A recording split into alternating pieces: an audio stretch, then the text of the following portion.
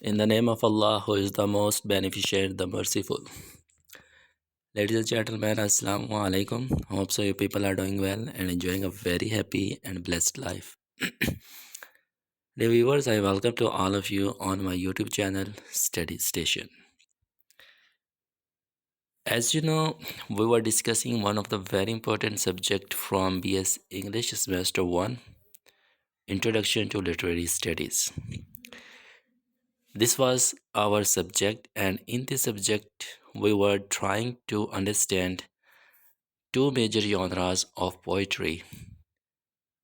Among those two, one was narrative and other was lyric poetry. So these were the two major genres of poetry, and we were trying to understand these genres with the help of two dimensions. First of all, we were discussing our first dimension, that was lexical thematic dimension. And we were discussing some of the very important topics. You can say the figure of speech. And before this video, we already have discussed 7 topics. And in this video, we will try to cover one of the very important topic, the paradox, which is topic number 8 if we talk about the numbers. So today we are going to discuss paradox. Let's see what is basically paradox.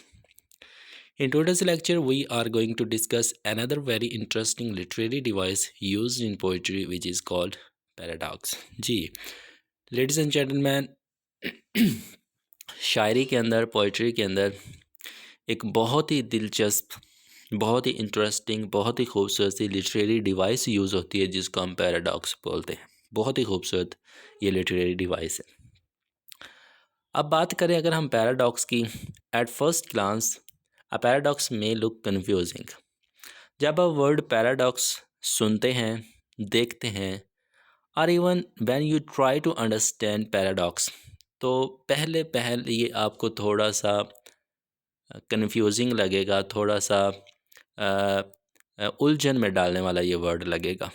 क्यों? Because it contains two opposite और contradictory ideas.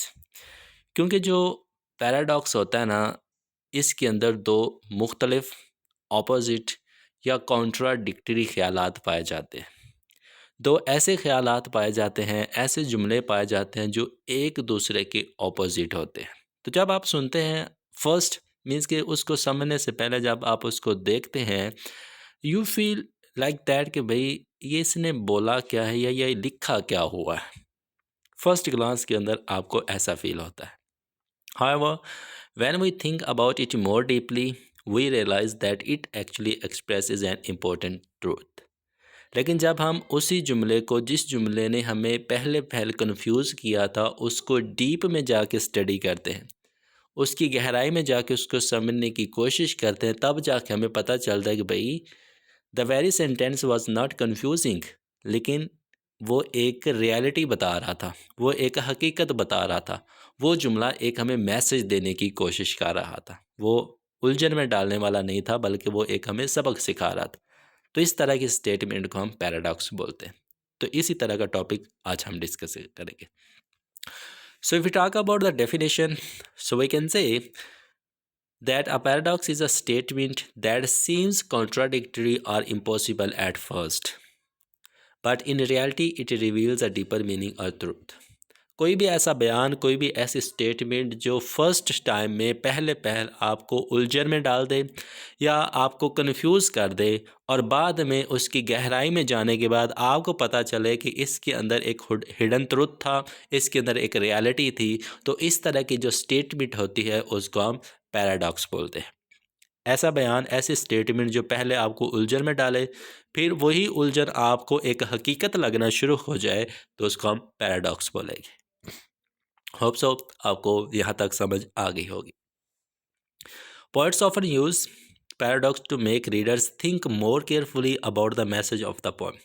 अब जो शायर हजरात हैं वो paradox का use क्यों करते हैं? इसलिए किया जाता है ताकि जो पढ़ने वाले हैं, रीडर्स हैं, वो नज़म की गहराई में जा सके, और नज़म की गहराई के अंदर जो मैसेज पड़ा हुआ है, पैगाम पड़ा हुआ है, उसको एहतियात से अच्छे तरीके से उसको समझ सके। Instead of presenting ideas in a simple and direct way, they create statement that appear strange or surprising. अब पोइट क्या करते हैं, शायर हजरात क्या करते हैं, वो डायरेक्ट मैसेज नहीं देते, वो सादा मैसेज नहीं देते, बल्कि वो कुछ चीज़ें हिडन रख देते हैं, कुछ स्टेटमेंट हिडन रख देते हैं ताकि उसको पढ़ते वक्त आप थोड़ा सा चौकन्ने हो जाएं, आप सरप्राइज हो जाएं। For example consider the sentence less is मोर। ये अब आपके सामने एक जुमला है, लेस इज़ मोर। लेस का मतलब होता है थोड़ा, मोर का मतलब होता है ज़्यादा। लेस इज़ मोर, कम ज़्यादा होता है।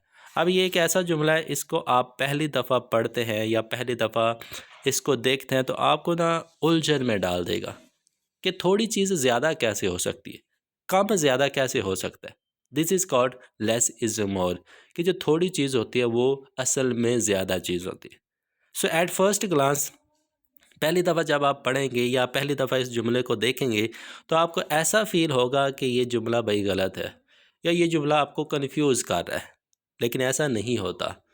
But when you try to go into the depth of the very sentence, तो क्या होता है, at first this statement looks contradictory. अब पहले पहले ये जो बयान है, स्टेटमेंट है, ये इस तरह से फील हो रही है कि भाई ये तो उल्ट है, कंट्राडिक्टरी है, ये तो समझ से बाहर है। How can less be more, कि थोड़ी चीज़ ज़्यादा कैसे हो सकती है। डेफिनेटली भाई ये कॉन्ट्राडिक्टरी है कि थोड़ी चीज़ ज़्यादा कैसे हो सकती है। But when we think about it, लेकिन जब हम इसी जुमले के ऊपर सोचो विचार करते हैं, इस जुमले की गहराई में जाते हैं, इस जुमले के ऊपर फोकस करते हैं, ध्यान देते हैं, we understand that sometimes simplicity can be more powerful. तब जाके हमें पता चलता है कि कभी कभार इंसान की जो सादगी होती है वो भी ताकतवर होती है। जितना थोड़ा आपके पास होगा उतना ही ज़्यादा कुछ आपके पास होगा। जितने आप सादा रहेंगे उतना कुछ ही आप ज़्यादा हासिल करेंगे। एंड इफ़ेक्टिव दैन एक्सेस, कि ज़्यादा चीज़ें होने से बेहतर है कि आपके पास कम चीज़ें हों, आप सादा हों। This hidden meaning makes the statement meaningful. अब जब आप इस तरह की हिडन मीनिंग्स निकालते हैं तब आपको ऊपर वाला जो बयान है वो मीनिंगफुल लगना शुरू हो जाएगा। तो इस तरह के जो स्टेटमेंट जो फर्स्ट ग्लांस में कन्फ्यूजिंग लगे और बाद में पढ़ने में आपको मीनिंगफुल लगे, तो उस स्टेटमेंट को हम क्या बोलते हैं, पैराडॉक्स। होप सो यहाँ तक आपको चीज़ समझ में आ गई होगी। Paradox is very common in poetry because poets often deal with complex emotions and philosophical ideas.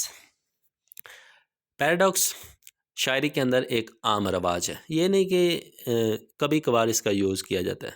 बाज़ दफ़ा बहुत से शायर जो हजरात है वो आम तौर पे पैराडॉक्स का यूज़ करते हैं। क्यों? क्योंकि जो शायर हजरात हैं वो कुछ कॉम्प्लेक्स इमोशंस या फ़िलोसफिकल आइडियाज़ हमारे सामने रखना चाह रहे होते हैं।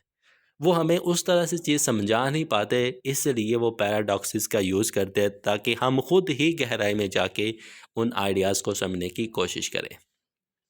Life itself contains many contradictions and paradox helps express this complexities, क्योंकि ज़िंदगी खुद अपने अंदर बहुत सी पेचीदगियाँ, बहुत सी कॉम्प्लिकेशंस या बहुत सी कंट्राडिक्शंस लेके घूम रही होती। तो पैराडॉक्स ही वो चीज़ होती है जो ज़िंदगी की उन उलझनों को, ज़िंदगी की उन कॉन्ट्राडिक्शंस को समझने में मदद करता है। उम्मीद करता हूँ जी छोटा सा टॉपिक आपको समझ में आ गया होगा। तो let's see the different examples of paradox. Paradox की यहाँ पे ना बहुत सी एग्जांपल्स दी गई हैं, जैसे less is more, I must be cruel to be kind, I know that I know nothing, the more you learn the less you know, freedom is slavery, the beginning of the end. तो ये कुछ ऐसे sentences है जो पहले पहले आप पढ़ेंगे या देखेंगे तो आपको ये कन्फ्यूजिंग लगे, मीन के सारे उल्ट पुल्ट हैं, लेकिन जब आप इनकी गहराई में जाएंगे तब आपको पता चलेगा कि भाई these are not confusing but they keep the real truth in themselves, कि इनके अंदर ना बहुत गहरे मैसेज पाए जाते हैं। तो यही जो खूबसूरती है वो पैराडॉक्स कहलाती है। होप सो आपको ये टॉपिक समझ आ गया होगा। तो अगर टॉपिक समझ में आ गया तो काइंडली इस वीडियो को लाजमी तौर पे लाइक कर दीजिएगा। तो ये फिर एक दफ़ा वही स्टेटमेंट है कि पैराडॉक्स क्या होता है। सो इंशाल्लाह we will see you in our next video. तब तक के लिए thank you so much. Have a nice day to all of you.